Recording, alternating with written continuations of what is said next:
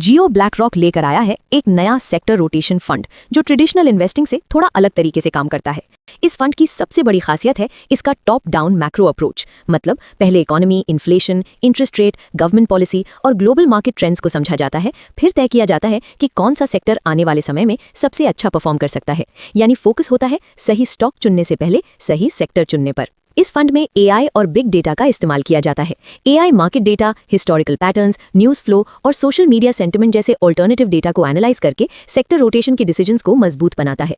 जब किसी सेक्टर में ग्रोथ की संभावना दिखती है तो फंड वहां एक्सपोजर बढ़ाता है और जैसे ही मोमेंटम कम होता है वो दूसरे बेहतर सेक्टर में शिफ्ट हो जाता है। इसी को कहते हैं सेक्टर रोटेशन स्ट्रैटेजी।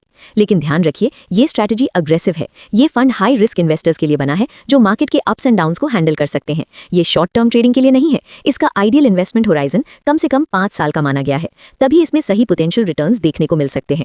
इस फंड को कोर पोर्टफोलियो की जगह सैटेलाइट इन्वेस्टमेंट की तरह यूज करना बेहतर माना जाता है। मतलब आपका मेन पैसा इंडेक्स फंड या फ्लेक्सी कैप फंड में हो और ये फंड एक एडिशनल ग्रोथ बूस्टर की तरह काम करे। इसका एनएफओ खुला है 27 जनवरी से 9 फरवरी 2026 तक। अगर आप टेक्नोलॉजी ड्रिवन इन्वेस्टिंग में विश्वास रखते हैं और लॉन्ग टर्म में हाई ग्रोथ चाहते हैं तो ये फंड आपके पोर्टफोलियो के लिए इंटरेस्टिंग ऑप्शन हो सकता है।